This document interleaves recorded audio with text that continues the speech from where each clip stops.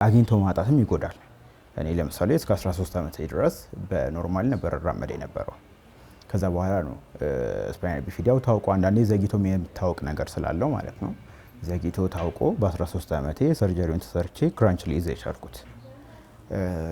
ክራንች መጠቀም ከጀመርኩ በኋላ ግን ላይክ በፊት እንደቀላል ማድረግውን እንቅስቃሴ በፊት እንደቀላል ማድረግውን እርምጃ አሁን ሌላ ድጋፍ ሊያስፈልግ ሆነ። አግኝቶ ማጣት ሆነ ማለት ነው። ያ ነገር በልጅ አይምሮ ሲሆን ይጎዳል። ሚካኤል ወልደማርያም የ21 ዓመት ወጣት ሲሆን የመጀመሪያ ዓመት የዩኒቨርሲቲ ተማሪ ነው። ወጣቱ በጽንስ ጊዜ በሚፈጠር የነርቭ ዘንግ ክፍተት ተጠቂ ሆኖ በመወለዱ ዛሬ ላይ ለመድረስ በርካታ ውጣ ውረዶችን ማለፉን ነግሮናል። ሚካኤል በነርቭ ዘንግ ክፍተት ተጠቂ መሆኑ ዘግይቶ የታወቀ ሲሆን በ13 ዓመቱ የቀዶ ሕክምና ተደርጎለት በመደገፊያ ለመንቀሳቀስ ተገዷል። ከጤና እክሉ ጋር የሚወለዱ ህጻናት የሕክምና ክትትል የሚጠበቅባቸው ብሎም ለተጓዳኝ ህመም እንዳይጋለጡ ጥንቃቄ የሚሹ ናቸው። 13 ዓመት ላይ ነው ክራንች ተጠቀም የነበረው በ10ዎቹ እድሜ ማለት ነው።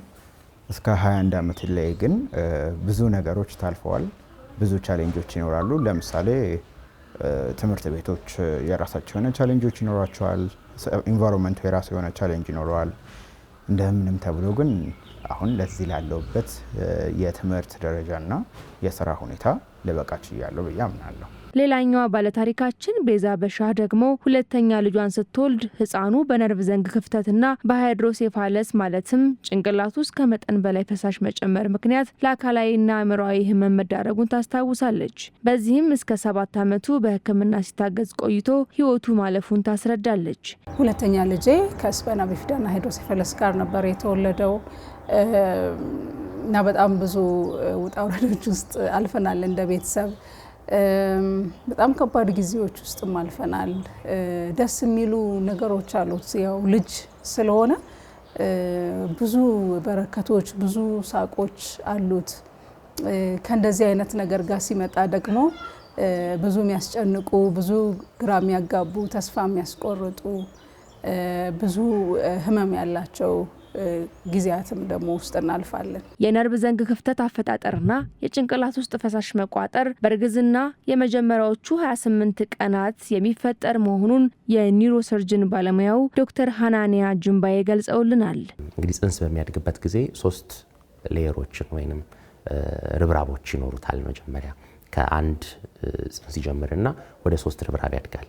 ስለዚህ ከውጭ ያለው ርብራብ ወይም ኤክቶደርም የምንለው ማለት ነው ወደ ነርቭና ወደ ቆዳ ስፔሻላይዝ የሚያደርግ ነው።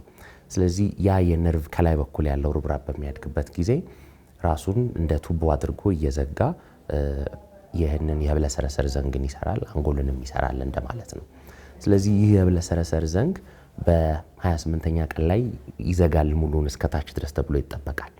ይህ በማይሆንበት ጊዜ በተለያዩ ምክንያቶች በማይሆንበት ጊዜና ክፍት ሆኖ በሚቀርበት ጊዜ ነርቭ ወደ ታች በኩል ያለውን ክፍት ከሆነበት በታች ያለውን የሰውነት አካል ለማዘዝ አስቸጋሪ ያደርገዋል። ቤዛ በሻ የእሷን ችግር በመገንዘብ በዚህ መንገድ ልጆቻቸውን የሚወልዱ ቤተሰቦችን ለማገዝ በማለም የበጎ አድራጎት ተቋም በመክፈት ስለ በሽታው ያለውን ግንዛቤ ለማሳደግ እየሰራች ትገኛለች። ባለታሪኮቻችን ለአብነት አቀረብን እንጂ መረጃዎች እንደሚጠቁሙት በአመት 30,000 ህጻናት ከህመሙ ጋር እንደሚወለዱ ነው የሚገለጸው። አንዲት እናት ልጇን በጸነሰችበት ወቅት በምርመራ በተለይም በአልትራሳውንድ ልጁ ተጠቂ መሆኑንና ለመሆኑን ማወቅ ትችላለች። ችግሩ እንዳይፈጠር ደግሞ ፎሊክ አሲድን ጽንሱ 28 ቀናት እስኪሆነው በመውሰድ በልጆች ላይ የሚከሰትን የአፈጣጠር ችግር መከላከል እንደሚቻል ነው ዶክተር ሃናንያ ጅምባዬ የሚገልጹት።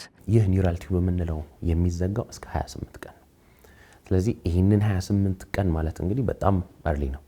ስለዚህ እያወራን ያለነው የፎሊክ አሲድ መጠን በደም ውስጥ መኖር ያለበት እርግዝናው ከተረጋገጠ በኋላ አይደለም። እርግዝና አርግዣለሁ የሚለውን ከታወቀ በኋላ አይደለም። ከመታወቁ በፊት ባንክ ተደርጎ መቀመጥ አለበት ወይም ሰውነቷ ውስጥ በቂ ፎሊክ አሲድ መኖር አለበት። ስለዚህ ይህንን ፎሊክ አሲድ ሰፕሊመንት የምንለውን የመውሰድ ነገሩን 2 ወርም 3 ወርም ከእርግዝና በፊት መሆን ያለበት ነገር ነው እንጂ እርግዝናዬን አውቄያለሁ አሁን ልጀምር መድኃኒት የሚባል አይደለም።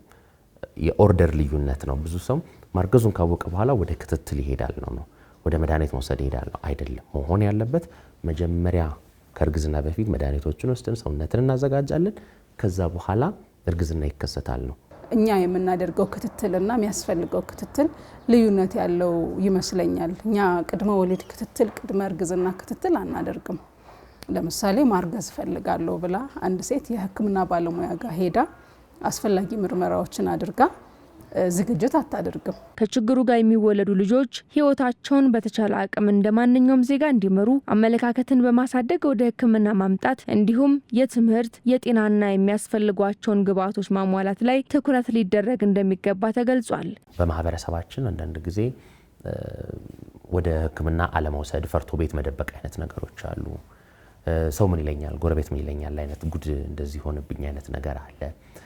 እነዚህን ነገሮች እንግዲህ ተጋፍጠን መፍታት ያለብን ነገሮች ናቸው። የዲስኤቢሊቲ ኮርነር ብለን አሁን በየሆስፒታሎቻችን እንደከፈትነው ሁሉ በየትምህርት ተቋማቶቻችንም ያንን ማድረግ የምንችል ከሆነ እንደማንኛውም ማህበረሰብ አካል ሆኖ መስራት ይችላሉ።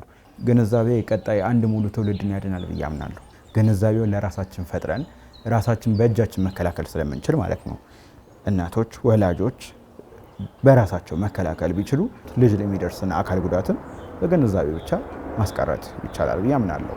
ይህንን ለማሳደግ የሚቻልባቸውን የተለያዩ ግንዛቤ ማስጨበጫ ስራዎችን እንሰራለን እኛ እንደ ተቋም። በዛም ሂደቶች ውስጥ ያየነው በአብዛኛው አዲስ አበባ ላይ ነው ፎከስ አድርገን እየሰራን ያለ ነው። በሽታውን ለመከላከል ቅድመ እርግዝናና ጽንሱ 28 ቀን እስኪሆነው የፎሊክ አሲድ መውሰድ በሽታውን ለመከላከል ትልቅ ሚና እንዳለው ይገለጻል።